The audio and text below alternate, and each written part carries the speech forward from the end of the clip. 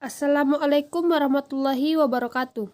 Perkenalkan, saya Asra Laila, NIM 2048201004 dari kelas A Farmasi. Baiklah, saya akan menjelaskan tentang sulfonamida, antihistamin, dan barbiturat.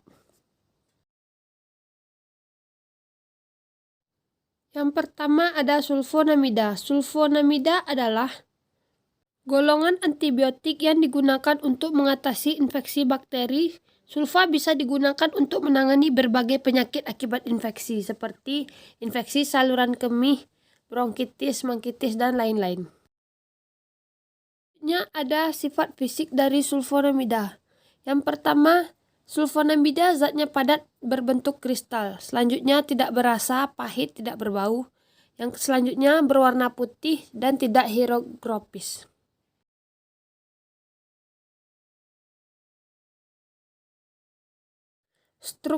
Rumus struktur dari sulfonamida sendiri yaitu gugus fungsi sulfonamida dituliskan S sama dengan O2NH2, yaitu sebuah gugus sulfonat yang berikatan dengan amina.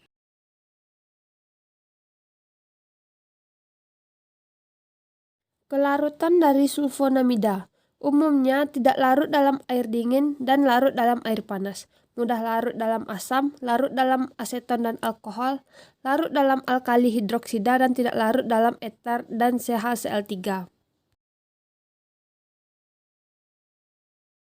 Selanjutnya contoh obat golongan sulfonamida. Yang pertama ada mafenin, sulfasetamin, sulfadiazin, sulfadoksin, sulfametazil, sulfametaxol, sulfanilamin, dan sulfasalazin.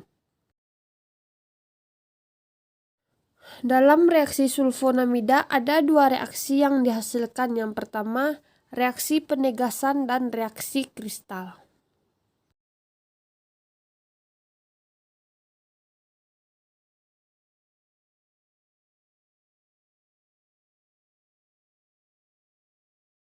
Contoh obat yang menghambat kerja sulfonamida yaitu obat prokain, benzokain, dan para aminosalisilat.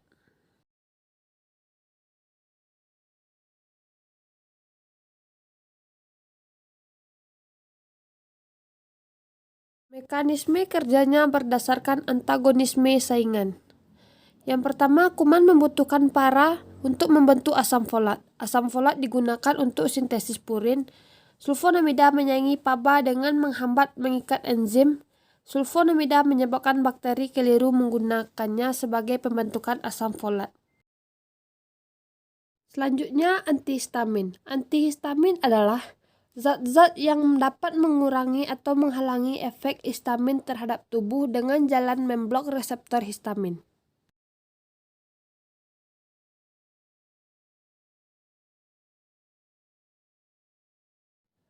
Struktur kimia dari antihistamin bisa kita lihat pada gambar.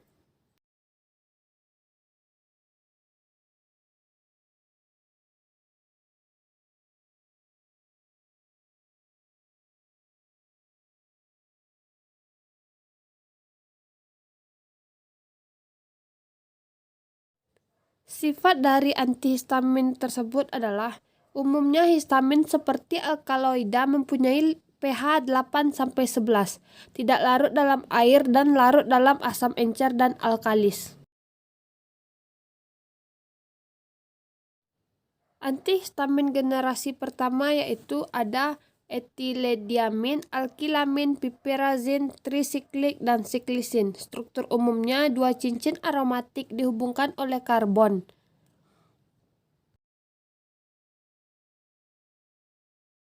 Selanjutnya, antihistamin generasi kedua. Contohnya terfenidin, loratadin, cetirizin, izolastin, astemizol.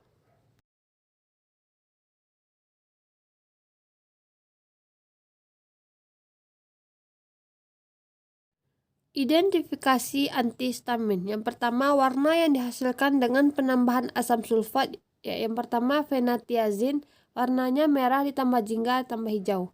Selanjutnya, warna yang dihasilkan dengan penambahan asam nitrat. Istapen, warnanya kuning dengan bintik jingga antergan dengan warna kuning. Baiklah, sekarang kita masuk kepada barbiturat. Barbiturat adalah senyawa turunan asam barbiturat yang digunakan sebagai depresan saraf pusat, anestesi, dan sedasi.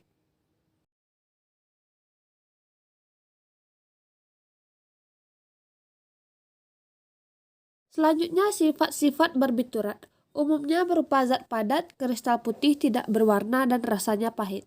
Tidak larut dalam air, tetapi mudah larut dalam CH3, eter, dan lain-lain. Bereaksi asam lemah dapat membentuk garam yang larut dalam air. Dan larutan garam Na atau K dalam air tidak stabil dengan pemanasan. Selanjutnya contoh senyawa barbiturat. Ada barbital, dietil asam barbiturat, dietil malonyl urea. Phenobarbital, fenyl etil asam barbiturat. Selanjutnya ada asam tiobarbiturat. Efek barbiturat terhadap SSP atau sistem saraf pusat. Yang pertama, efek terhadap korteks cerebri dan hipotalamus. Yang kedua, depresi. Yang ketiga, dalam proses terapi menyebabkan sedikit kekacauan terhadap otak dan organ lainnya.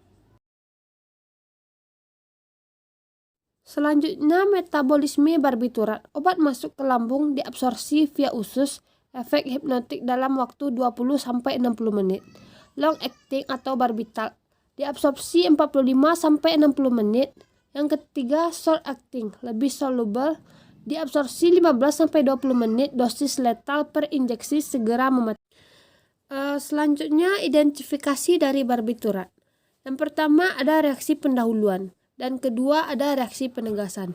Bisa kita pahami melalui slide yang telah tersedia.